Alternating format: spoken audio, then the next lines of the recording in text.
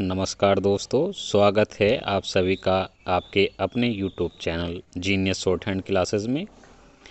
आज एपीएस के लिए 5वां डिक्टेशन होगा जो कि 80 वर्ड पर मिनट की स्पीड से होगा। तो चलिए स्टार्ट करते हैं। रेडी? 5 सेकेंड।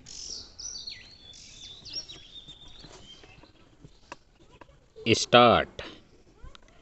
रविवार को देश के मुख्यमंत्री और मुख्य न्यायाधीशों का सम्मेलन नई दिल्ली में आयोजित किया गया था।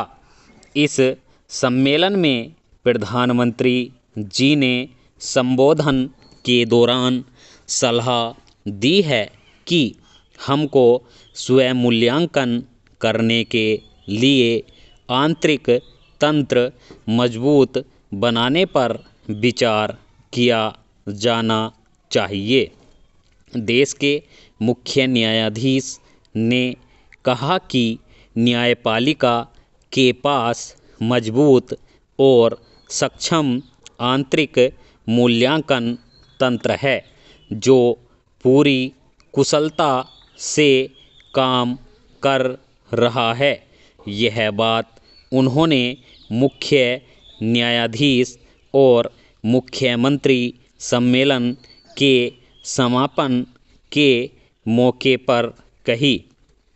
उन्होंने यह भी कहा कि चिंता की कोई बात नहीं है। हमारा आंतरिक तंत्र पूरी तरह से कारगर है और प्रभावी तरीके से काम कर रहा है। जब हम छुट्टी पर होते हैं या फैसला लिख रहे होते हैं या प्रकरण की तैयारी करते हैं तो हमें अपने परिवार के लिए भी समय नहीं मिलता।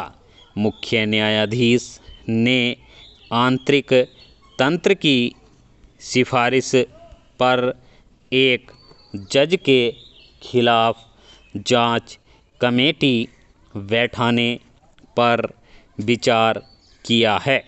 दूसरी ओर संसद द्वारा जज के खिलाफ महाभियोग की प्रक्रिया आरंभ करने पर विचार किया जा रहा है। हमने इस सम्मेलन में फैसला किया है कि न्यायालयीन प्रकरण न्यायालय के अंदर 2 साल से ज़्यादा विचाराधीन न रहे और 5 साल में उसका पूरा निस्तारण हो जाना चाहिए। हम चाहते हैं कि प्रकरण त्वरित रूप से निपटाए जाएं, लेकिन हमारी कुछ समस्याएं हैं। जज और जनता के अनुपात में बहुत ही असमानता है। देश में 6 लाख लोगों पर एक जज काम कर रहा है और आज इस बात पर गंभीरता से ध्यान देने की ज़रूरत है। विराम चिन्ह।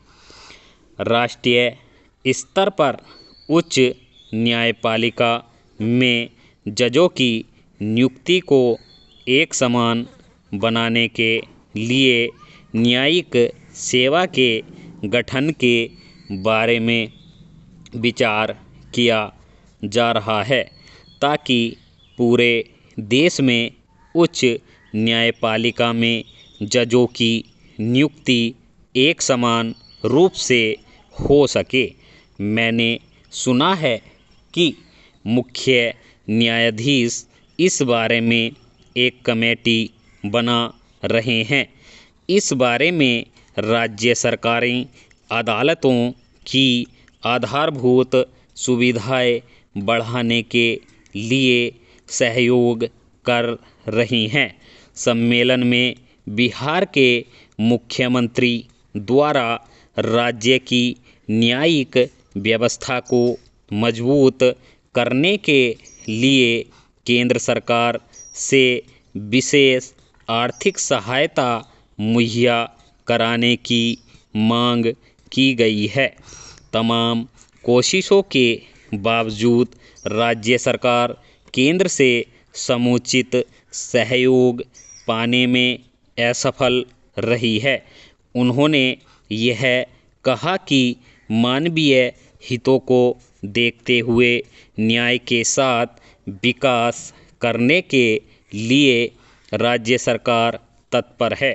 न्यायिक प्रक्रिया के अंतर्गत मानवीय हित केंद्रित करना सही मायने में न्याय है। उन्होंने यह भी कहा कि अवर न्यायपालिका में आरक्षण का जिक्र करते हुए कहा कि राज्य सरकार की इस दिशा में सकारात्मक भूमिका रही है। दूसरे राज्यों में अवर न्यायपालिका और सरकारी सेवाओं में पिछड़े वर्गों को आरक्षण दिया जा रहा है, इसलिए बिहार में पिछड़े वर्ग को न्यायिक सेवाओं में आरक्षण देने के प्रस्ताव पर सहमति मिलनी चाहिए। यह सही है कि न्यायालय के अंतर्गत लंबित मामलों में कमी लाने के लिए उपयुक्त न्यायिक प्रक्रिया अपनाने की ज़रूरत होगी। राज्य सरकार इस उद्देश्य की पूर्ति के प्रयास में हिस्सा लेने के लिए उत्सुक हैं। स्टॉप। दोस्तों, अगर डिक्टेशन अच्छा लगा हो तो वीडियो